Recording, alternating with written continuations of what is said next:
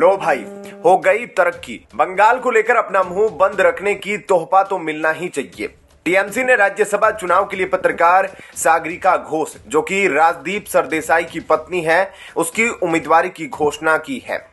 अब सोचिए कि ऐसे ऐसे लोग संसद में बैठकर क्या क्या प्रोपोगेंडा फैला सकते हैं।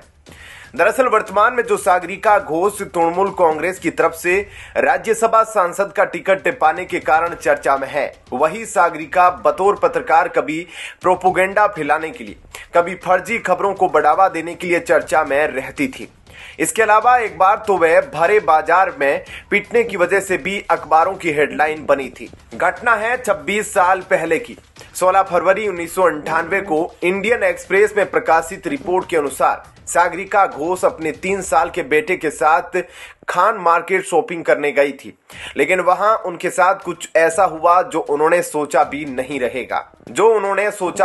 होगा। दरअसल उस दिन खान मार्केट में गाड़ी पार्क करने के विवाद पर सागरिका घोष को एक विदेशी महिला ने मुंह पर ताबड़तोड़ मुक्के मारे थे। यह महिला कोई और नहीं बल्कि अल्जीरियाई दूतावास में बतौर काउंसलर काम करने वाले अब्दुल हामिद की पत्नी थी। सागरिका घोष उस समय आउटलुक वीकली में काम करती थी। घटना वाले दिन वे मार्केट में अपनी मारुति कार लेकर गई थी, जो उन्होंने अल्जीरियाई महिला की कार के सामने लगा दी। इसी पर विदेशी महिला ने आपत्ति जताते हुए कहा कि ऐसे तो उसके लिए बहुत कम जगह बचेगी निकलने की।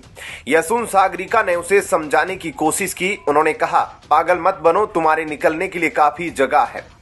मगर तब तक विदेशी महिला गुस्से में आ गई थी।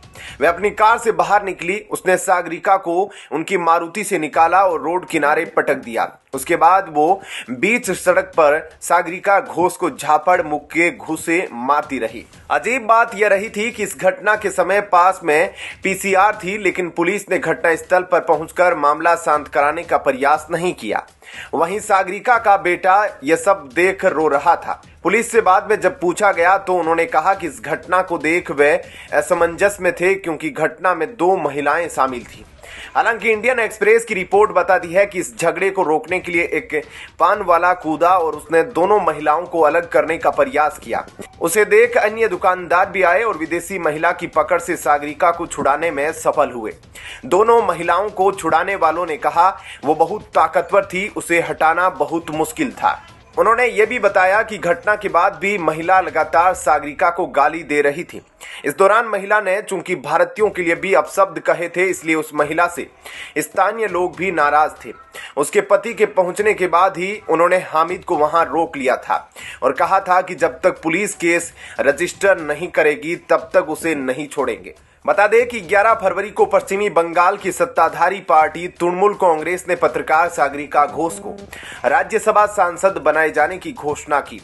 यह काफी हैरान करने वाली बात थी, क्योंकि सागरिका सोशल मीडिया पर कहती थी कि वह कभी किसी राजनीतिक पार्टी की टिकट को स्वीकार नहीं करेगी। इस दावे को करते हुए वह चुनौती भी देती थी कि वो ये चीज लिख कर दे सकती है या फिर उनके इस ट्वीट को सेव किया जा सकता है।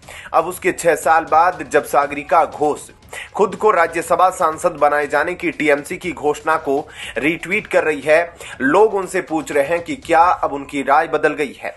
ऐसे में क्या कहना है आपका, इस पर कमेंट सेक्शन में अपनी राय जरूर दीजिएगा। जय हिंद, जय भारत।